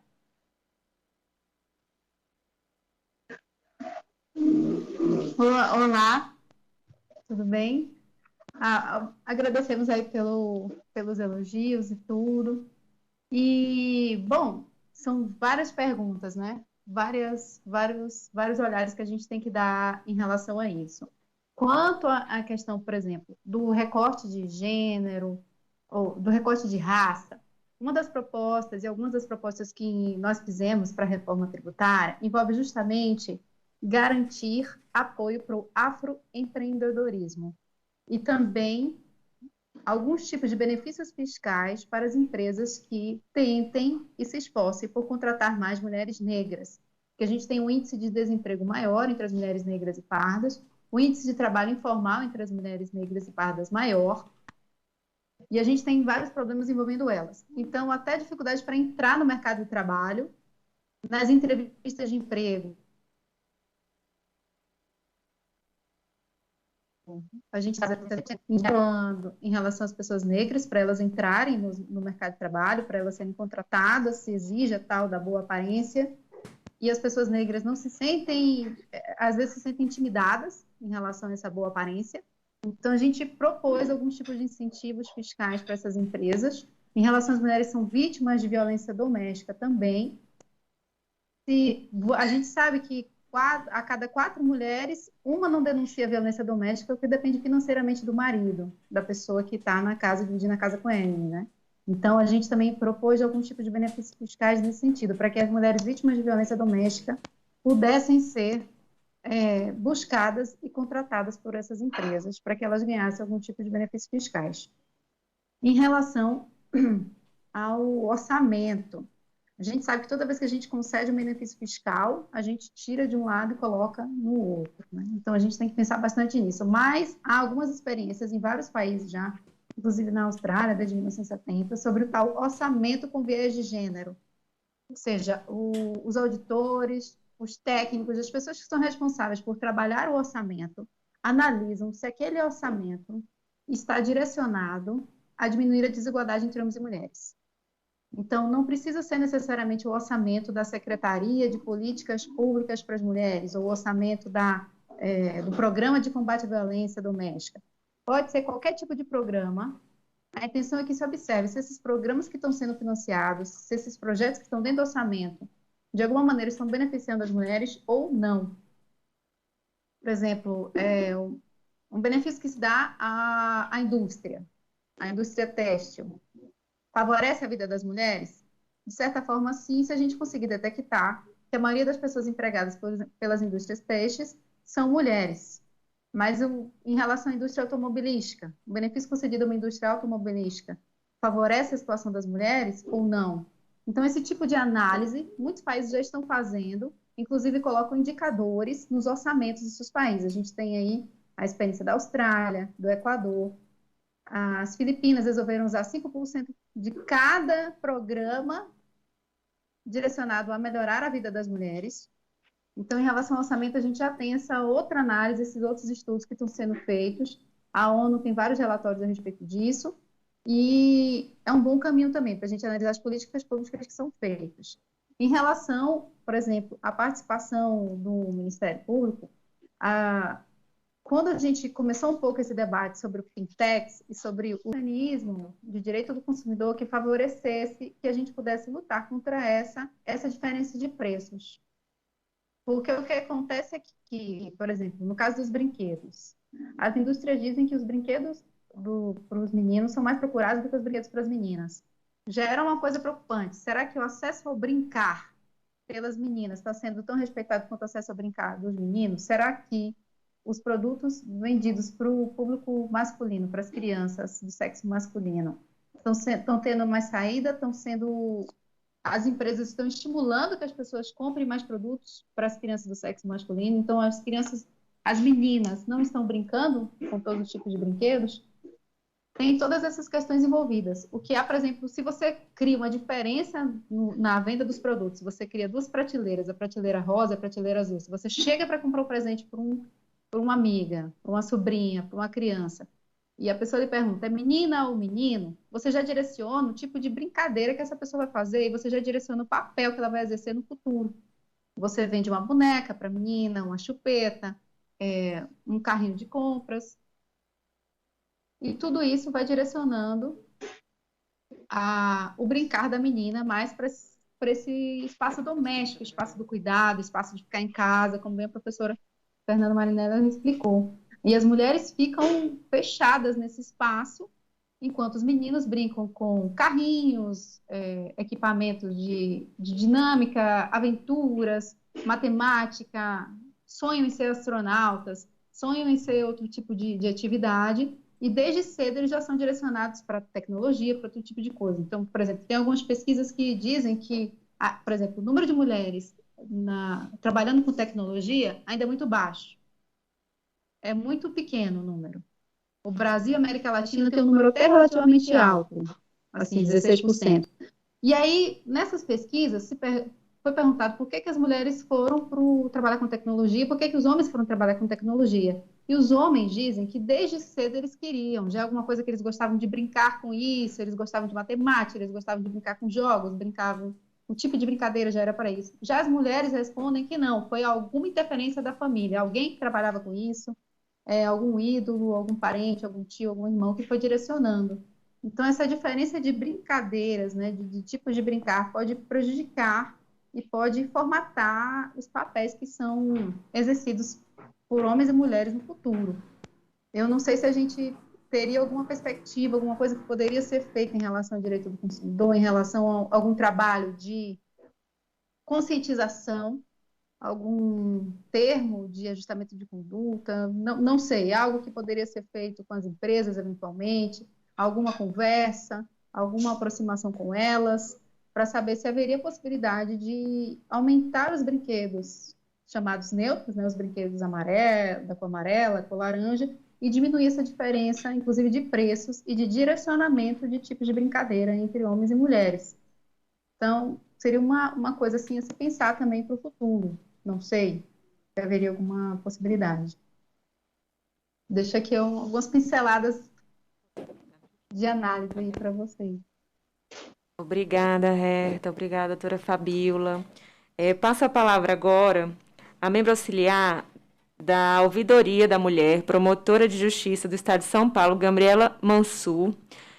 Lembrando, doutora Gabriela, do tempo que a gente está ultrapassando, 3 minutos de considerações e perguntas em seguida.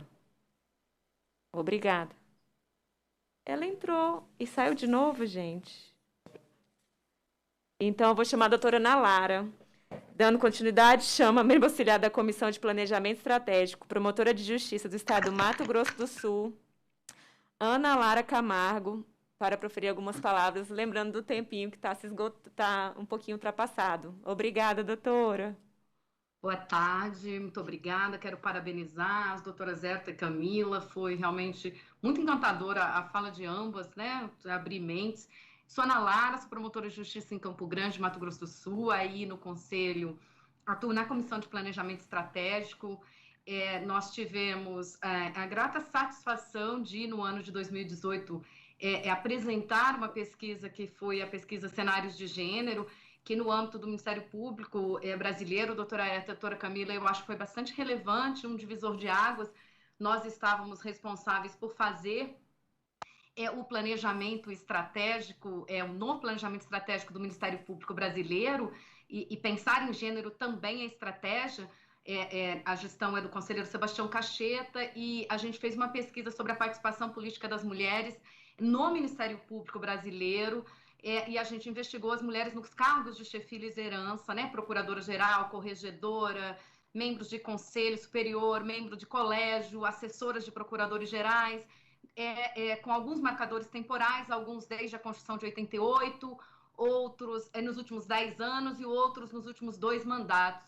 Então, obtivemos essas informações aí dos procuradores gerais do Brasil todo, e realmente o relato é chocante, porque mesmo no âmbito do Ministério Público brasileiro, onde nós temos 40% de mulheres nos cargos de promotoras e procuradoras, a participação política ainda é bem inferior, né? Nós constatamos, na época, 15% de liderança feminina como procuradoras gerais, 85% de masculinas desde a Constituição de 88, nos cargos de corregedoras, 22% de mulheres e o resto de homens, e essa foi uma proporção que levou a gente, então, daí, ao cabo dessa pesquisa cenários, ainda no contexto do planejamento estratégico, fazer uma proposta de minuta de recomendação aos ministérios públicos, e o conselheiro Cacheta, então, apresentou e encaminhou essa minuta. Isso foi transformado em recomendação para o Ministério Público brasileiro, numa política de incentivo à participação política das mulheres,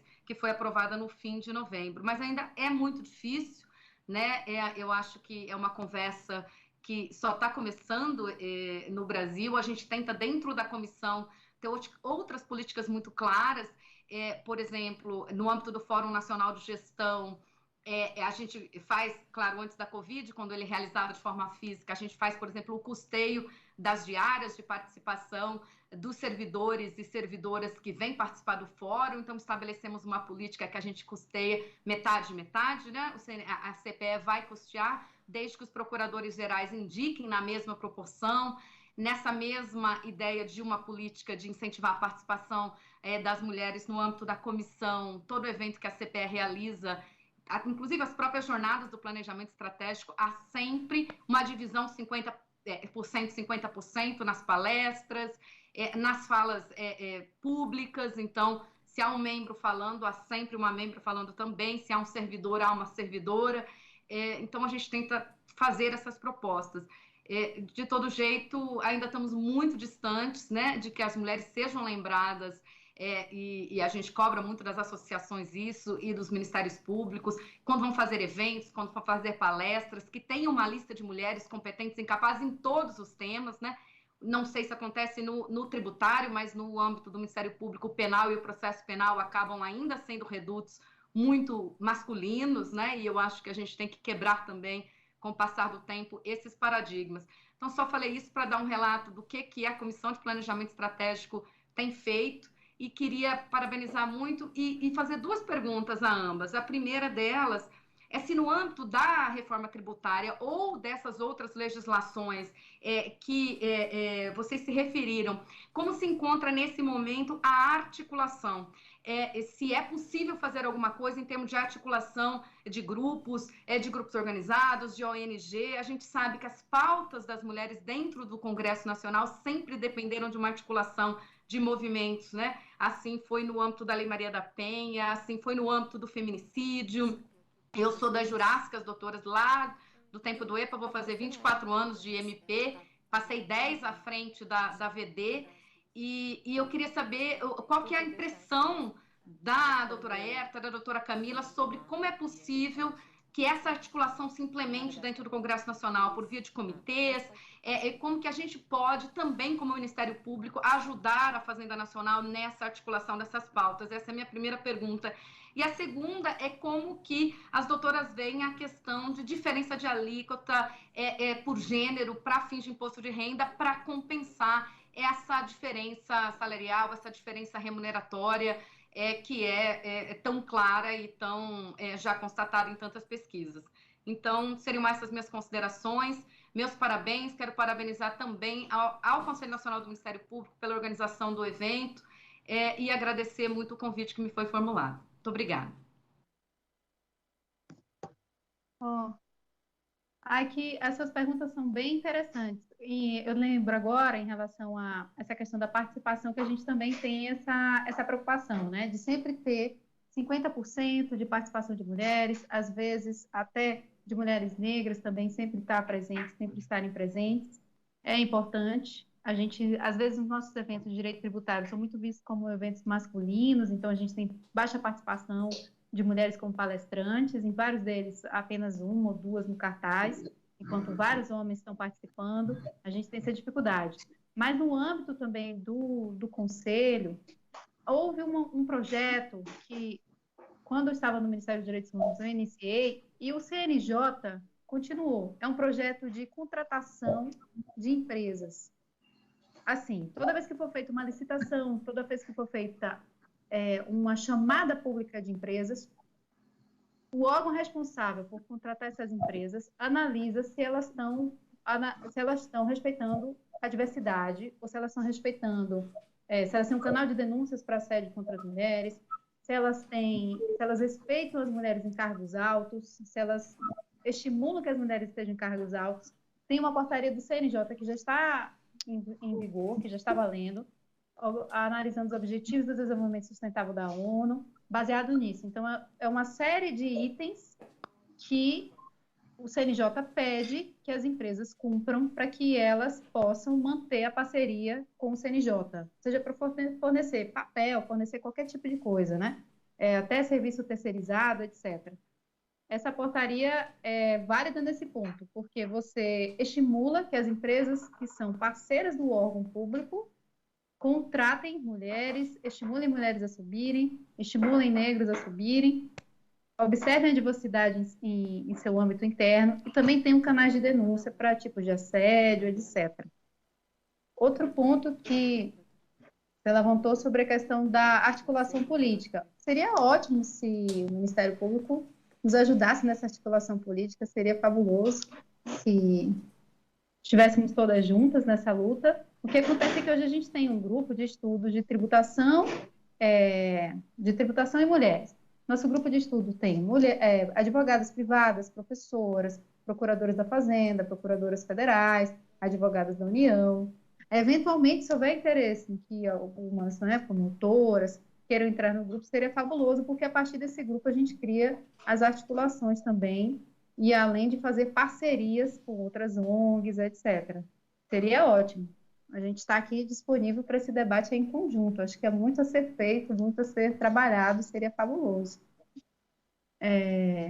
A Camila quer completar, Camila, algo falar?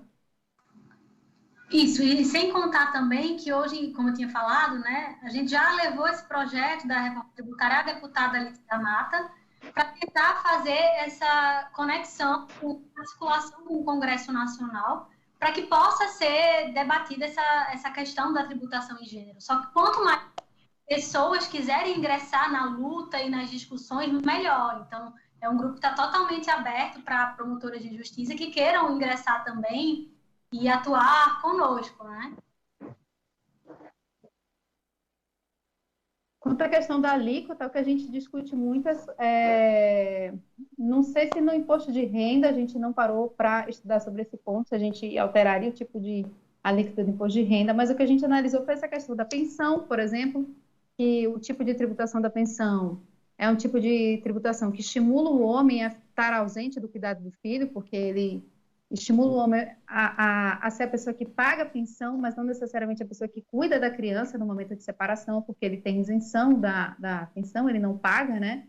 E você soma esse valor que é pago na pensão, na renda tributável da mãe da família, e ela paga um valor muito além, inclusive ela às vezes até ultrapassa ali as faixas de imposto de renda, e a alíquota dela até aumenta por conta disso. Então, você favorece o homem que se afaste da posição de pai, que se afaste da posição de cuidado do filho, que fique simplesmente pagando para ter uma isenção, e você penaliza a mulher que está cuidando das crianças nesse ponto, né? Tem essa questão também. Em relação a gente olhou muito a questão das alíquotas dos produtos, dos preços de consumo. O batom, a gente comparou o batom à gravata, as fraldas geriátricas, as fraldas infantis, que o peso, muitas vezes, de comprar as fraldas infantis recai sobre as mulheres, os absorventes, se a gente poderia diminuir a alíquota ou não, o que poderia ser feito em relação a isso, distribuição gratuita. Há também a discussão se a mera diminuição das alíquotas resolveria o problema, porque às vezes não há o repasse das empresas dessa diminuição das alíquotas. As alíquotas são diminuídas, mas às vezes a empresa não repassa, que foi o caso que a gente viu no caso do livro virtual. Depois que o STF decidiu sobre os livros pela mídia virtual, não houve a diminuição dos preços, apesar de se constatar que haveria imunidade. Então, assim, às vezes não há o repasse da empresa desses valores quando há a diminuição dos preços. Então, alguns já estudam essa possibilidade de simplesmente fazer a distribuição dos produtos que forem necessários para pessoas de baixa renda. Ou um vale devolução, né, que está em algumas propostas em andamento. Você faz a compra do produto, mas você tem direito a um vale, as famílias de baixa renda, a abater, digamos, o valor que seria correspondente ao imposto de renda na hora de fazer o imposto, né, do produto, não de renda, na hora de fazer essas compras. Então, tem essas questões. Mas em relação à alíquota, a gente não parou para pensar se seria o caso de diferenciar essas alíquotas ou não entre homens e mulheres. O que é certo é que a gente tem que usar a política tributária para ela diminuir as desigualdades entre homens e mulheres. E nem sempre a gente está usando. Muitas vezes a gente está usando até para aumentar essas desigualdades em alguns pontos. Então, a gente tem que tomar esse cuidado, a gente tem que alertar os auditores, quem trabalha com isso, para prestar mais atenção mesmo. Muito obrigada. Eu agradeço.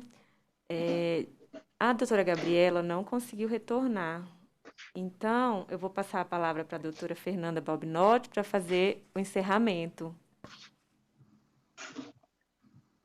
Muito obrigada, Fabiana.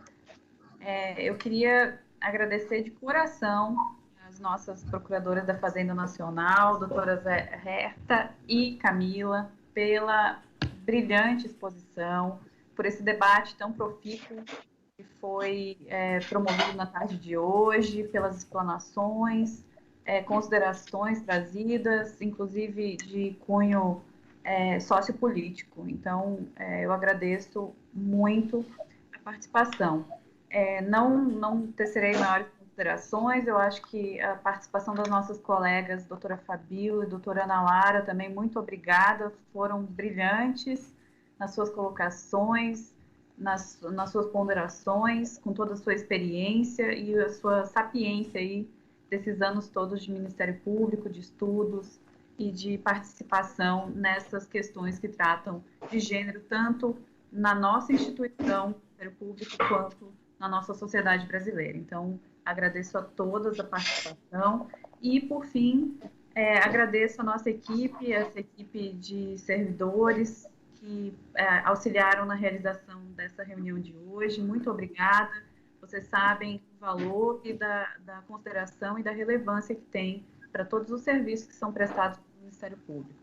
Por fim, eu agradeço à conselheira Fernanda Marinella, que infelizmente não pôde ficar conosco até o final, mas que trouxe nas suas palavras iniciais uma mensagem tão importante nesse Dia Internacional da Mulher, uma mensagem que nos remete tanto ao nosso passado, de conquistas e de avanços, quanto aos desafios que nós temos no futuro, na construção de uma sociedade mais justa, solidária